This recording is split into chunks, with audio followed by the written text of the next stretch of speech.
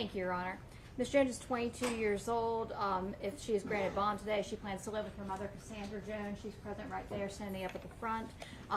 Mrs. Jones has been in contact with me about her daughter's case throughout. She has a very supportive family who's lived here her whole life. She's certainly not a flight risk. She's lived in Greenville all her life, and she has family who's lived here all their life. She does suffer from some medical issues. She has seizures, which she takes medication for. She's also been a patient at Greenville Mental Health and was throughout 2023. She had a job when she got picked up. She was working at KFC for approximately 4 months. We understand that if the court grants bond today, there will certainly be some conditions on it. I've already spoken with Ms. Jones about this, and they have planned for that. If the court is inclined to grant bond and a HIP condition of bond, she could have strict house arrest and still have a job to pay for the ankle monitor. She has a bookkeeping job lined up with her uncle. I have confirmed that through her family that she can work from entirely from home and to be able to make money to pay for the ankle monitor. We are just asking Your Honor to consider granting a reasonable bond today. She has been in jail for just over a year. Yes, Your Honor. Thank you, Your Honor.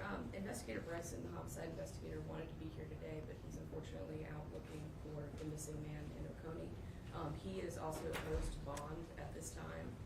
The victim's mom and aunt are here. They also wanted me to tell Your Honor that they are opposed to bond because the defendant is a danger to society. I did want to touch just briefly on that. I spoke with Sergeant Mills at the Detention Center Population Patrol, and she stated that on June 4th, 2024, the defendant, Ms. Jones, was placed in the SHU for assaulting another inmate, and on December 6th, 2023, she was also placed in the SHU for fighting another inmate.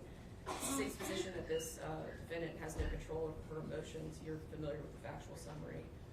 Basically, she walks up to the door of Mr. Jackson, knocks, and as soon as he opens it, she shoots him once in the chest, killing him. You know, I think that this defendant is a clear danger to society. If she can't act right in jail, how could we possibly believe that she would act appropriately out on the street? So the state would ask that you deny bond.